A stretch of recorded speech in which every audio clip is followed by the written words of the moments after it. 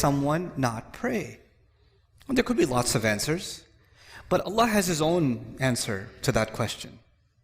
It's a pretty scary answer. It's an answer I read in the beginning of this khutbah. He said, فَلَا صَدَّقَ وَلَا صَلَّى وَلَكِنْ كَذَّبَ وَتَوَلَّى. He didn't actually accept the truth, and nor did he pray. Allah says, He was talking about disbelievers, and He said two things. They didn't accept it. This person doesn't accept the truth, and he doesn't pray. Interesting. So, if you say, if he didn't accept the truth, I would expect him to say, La saddaqa wa la amana. Right? But he says, La salla. What that means is, something is missing in you accepting the truth about Allah. No, the child says, I believe in Allah, I'm Muslim. Yeah, you're Muslim here, you're Muslim in your head, but this truth isn't just for your head, this truth is also for your heart. Something is, you're not feeling how true this is yet. You're not feeling how serious this is yet. You don't realize what it is. Sometimes you know something, but you don't think about it. It's true. You know something, you don't think about it. And so, because that's missing, that's why it becomes easy for me to miss prayer sometimes and you to miss prayer sometimes. That will happen because our heart becomes a little distracted. And that truth of this deen, the truth of who Allah is, that truth goes in a shelf in the back of our mind and we get distracted and don't think about it. That's what Allah is saying. So, Allah doesn't need you to pray. And even if you prayed because I'm telling you to, what are you going to do? I'm praying for, how are you going to make the intention? I'm praying 4 rak'ah because my dad won't get off my case. Allahu Akbar. Allah even told us, the Prophet told us, actions have no value unless they have the right intentions. إِنَّمَا الْأَعْمَالُ بِالنِّيَّاتِ. Actions have no, so even if you did this action, but your intention was, I'm annoying, that's your intention, then it benefits me in no way, and it will benefit you in no way. The only one that can benefit from your actual sincere prayer is you. Now, okay, fine. That's the answer to the question, why would someone not pray? 2 more things to talk to you about. One of them is, what's the purpose of praying? Like, what's the point? Because you might think the purpose of praying is so you don't burn in hell.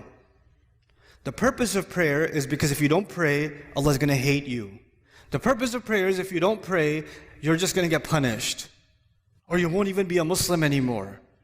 The angels will curse you and all this negative stuff. Allah didn't mention those purposes. The purpose of prayer is not to get away from something negative. The purpose of prayer is to run towards something positive. That's the purpose of prayer. Do you know the difference between the student who's studying so they don't fail and the student who's studying because they love the subject? One student is studying because of something positive. The other student is studying because they're trying to escape something negative. An employee who loves their work and an employee who just doesn't want to get fired. They're doing the same exact job, but one of them is so happy, so filled with joy, and one of them is so depressed and so miserable. Why? Because one of them is doing this to escape something negative, and the other one is doing it to go towards something positive. Allah in the Quran, when He told me about the prayer and why we should pray, what's the point of the prayer? He said, He told Musa alayhi salam this when he met him. He said, أَقِمِ الصَّلَاةَ لِذِكْرِ. Is make sure you maintain the prayer so that you can remember me. Maintain the prayer so you can remember me. I told you already, my relationship with you is very limited. But your relationship with Allah started a long time before you even came in this world. And your relationship will continue with Him a long time after you even leave this world. And that relationship is worth remembering because every good thing that comes to you comes from that relationship. Some good things come because I'm your dad. Some good things, but all the good things that come to you only come to you because of that relationship. So if you want all the positive things to stay in your life, you must remember where all of the khair comes from, all of the ni'mah comes from, all of the rizq comes from, all of the guidance comes from. So Allah says the best way you can remember that is that you remember Allah by prayer. The best way to remember Allah is the prayer. Aqimis salata li dhikri. That's why you should pray. And finally, okay, that's why you should do it. But just because you're doing it for the right reasons, that's not Allah. Allah says that's not enough. There's some benefits too. There's some good things will come your way when you truly remember Allah. When you truly remember Allah the way He wants you to. And the way He wants you to is these prayers.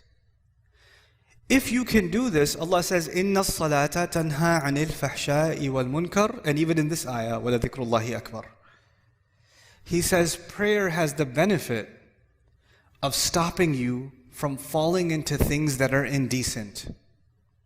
Because indecency is all around you, and I, son, cannot stop you from being exposed to it.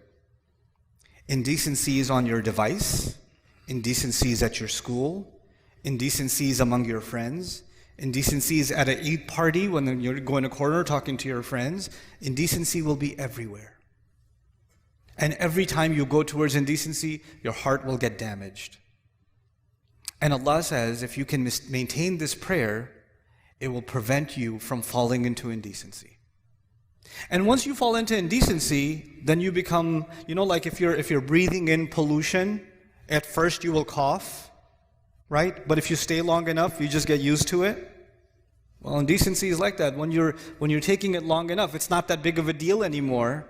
You don't feel like protecting yourself from it anymore because your immune system has gotten corrupt, right? And then you're ready for even more toxic behavior, even worse things, wal munkar, even worse things that you can do. And this prayer will stop you from going down a negative path in your life. That's why you should pray. Now, these are the reasons you should pray, not because I'm telling you to pray. At the end of this whole journey, the decision is entirely yours. Because Allah might take me tomorrow. Allah might take me a year from now. And that relationship you and I have, even if we lived 100 years, we can't live longer than that.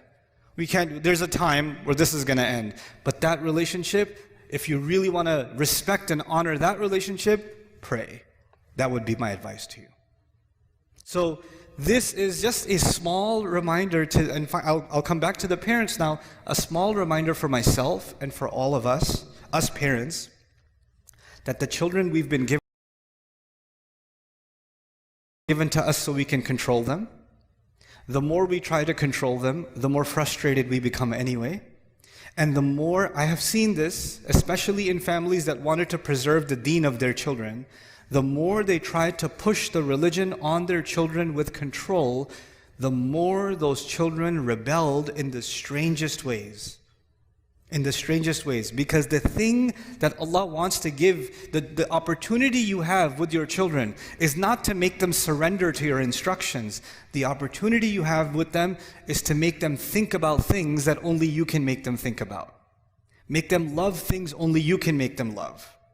Your kid loves basketball because he sees you play basketball. He loves the PlayStation because he sees dad play the PlayStation. You can put a love in your child because of how you are. You can do that. And when you tell your kid, do your homework, your kid is not going to be 40 years old and say, I love homework. But your kid could be 40 years old and say, I love basketball.